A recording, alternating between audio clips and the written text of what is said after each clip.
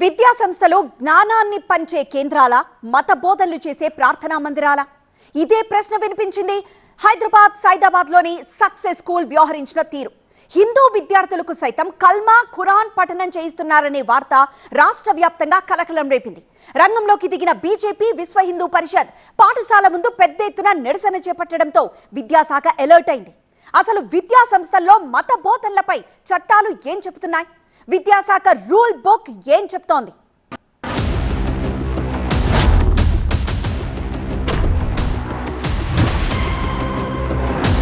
హైదరాబాద్ పాతబస్తీ సైదాబాద్ లోని సక్సెస్ స్కూల్లో 2వ తరగతి చదువుతున్న ఓ విద్యార్థి డైరీలో క్లాస్ టీచర్ ఇచ్చిన హోంవర్క్ ఇప్పుడు రాష్ట్ర వ్యాప్తంగా దుమారం రేపుతోంది. మతం ఏదైనా సరే ఖచ్చితంగా కల్మా సూరా ఫాతిహా చదవాలంటూ సదరు ఉపాధ్యాయులు విద్యార్థి డైరీలో హోంవర్క్ రాసిచ్చారు. బడి నుంచి ఇంటికి వచ్చిన పిల్లాడి డైరీ చూసి షాక్ అయిన తల్లి వెంటనే పాఠశాలకు వెళ్లి యాజమాన్యాన్ని, టీచర్ను నిలదీశారు. హిందూ పిల్లలకు ఖురాన్ హోంవర్క్ ఇచ్చే హక్కు మీకెవరిచ్చారు అంటూ మండిపడ్డారా తల్లి. Religious matter, you cannot write that in the Hindu people books. No, that is completely a misunderstanding. That is completely a misunderstanding. We are not misunderstanding. How can you write that in a diary? అయితే స్కూల్లో ఖురాన్ చదవడం తప్పనిసరి అంటూ ఆ teacher సమాధానం ఇచ్చారు. ఈ సమాధానానికి విద్యార్థి తల్లి కూడా అంతే స్థాయిలో రియాక్ట్ అయ్యారు. స్కూల్లో ఖురాన్ చదివించేటట్లయితే భగవద్గీత, రామాయణం కూడా ఖచ్చితంగా చెప్పాలంటూ విద్యార్థి పిన్ని డిమాండ్ చేశారు. దీనికి సంబంధించిన వీడియోలు సోషల్ మీడియాలో రావడంతో వివాదం ఒక్కసారిగా ముదిరింది. What you are telling right now, it is mandatory and it is, wait, let me talk, and it is mandatory on every children's book. Then you should also write that Bhagavad Gita is mandatory. Wait, excuse me, पहले भी लिखा था strike off क्या है previous paper में. I am not going to leave this. It is not mandatory for us. Get every diary, each and every diary. Last ఒకసారి రాసి swipe out చేసినారు, మళ్ళీ నిన్న రాసిరు. సరే బై మిస్టేక్ అని మీరు అంటున్నారు, ఇంటెన్షనల్గానే నేను అనుకుంటా కదా. అన్ని 2-3 సార్లు అట్లా రాసినప్పుడు ఇంటెన్షనల్గానే ఉంటుందని నాకు అనిపిస్తుంది కదా. అనిపించినప్పుడు నేను క్వశ్చన్ చేస్తే ఫస్ట్ టైం అన్నారు బై మిస్టేక్, ఫస్ట్ టైం అన్నారు it is a religious practice, it is mandatory అన్నారు. మరి సెకండ్ టైం ఏమన్నారు అది బై మిస్టేక్ రాసినామని అన్నారు. మీ వర్డ్ మీకే క్లారిటీ లేదు, మీరు ఏం చేస్తున్నారో. ఈ ఘటన బయటకు రావడంతో బీజేపీ, ఏబీవీపీ, విహెచ్పీ నాయకులు తీవ్ర ఆగ్రహం వ్యక్తం చేశారు. స్కూల్ ను ముట్టడించేందుకు పెద్ద ఎత్తున తరలి వచ్చారు. ఉద్రిక్త పరిస్థితుల నేపథ్యంలో ఉదయం నుంచే స్కూల్ దగ్గర పోలీసులు భారీగా మోహరించారు. స్కూల్ ముట్టడికి ప్రయత్నించిన నిరసనకారులను పోలీసులు అదుపులోకి తీసుకుని స్టేషన్ కు తరలించడంతో అక్కడి వాతావరణం ఉద్రిక్తంగా మారింది. కేవలం టీచర్ ను తీసేస్తే సరిపోదని స్కూల్ మేనేజ్మెంట్ వెంటనే బహిరంగ క్షమాపణలు చెప్పాలని, టీచర్ తో పాటు యాజమాన్యంపై కూడా కేసులు నమోదు చేయాలని బీజేపీ నేతలు డిమాండ్ చేశారు.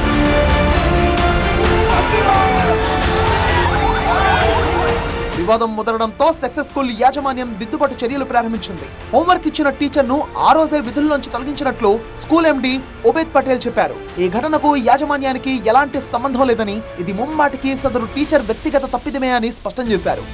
మాకెప్పుడైతే ఈ రకంగా అనేసి తెలిసిందో ఎమ్మటే ఆ టీచర్ని ఉద్యోగంగా తీయటం జరిగింది. కేవలం ఒక 7 నుంచి 8 మంది నాన్ ముస్లిం పిల్లలు ఉంటారు. అయితే అనుకోకుండా ఈ పొరపాటు ఆ డైరీలో రాయటంలో జరిగింది. దీని వెనకాల ఎటువంటి ఏదో యాజమాన్యంది కానీ వేరే వాళ్ళది కానీ కాదు. మేము విద్యకు ప్రాధాన్యత ఇస్తాము. విద్య ఇవ్వటము, మంచి సంస్కారాలు ఇవ్వటం అనేది మా యొక్క ధ్యేయము.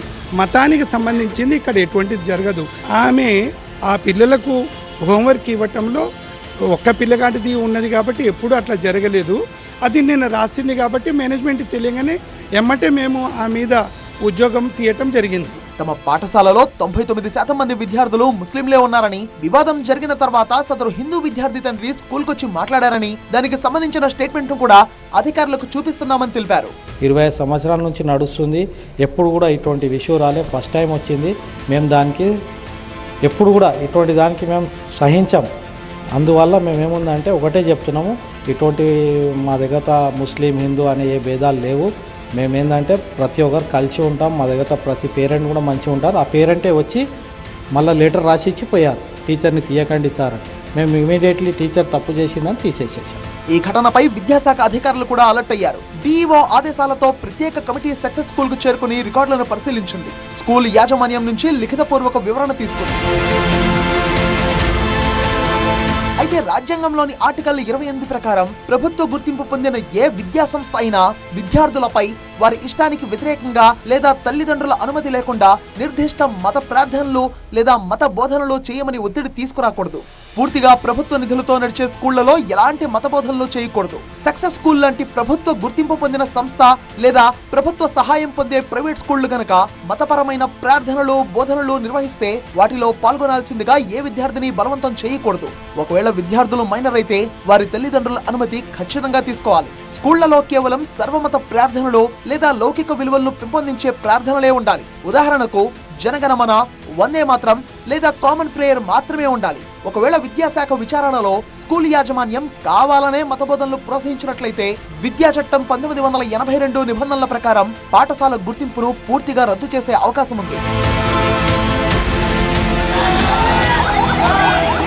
మరోవైపు ఈ వివాదం కాస్త తీవ్ర రాజకీయ దుమారానికి దారితీసింది.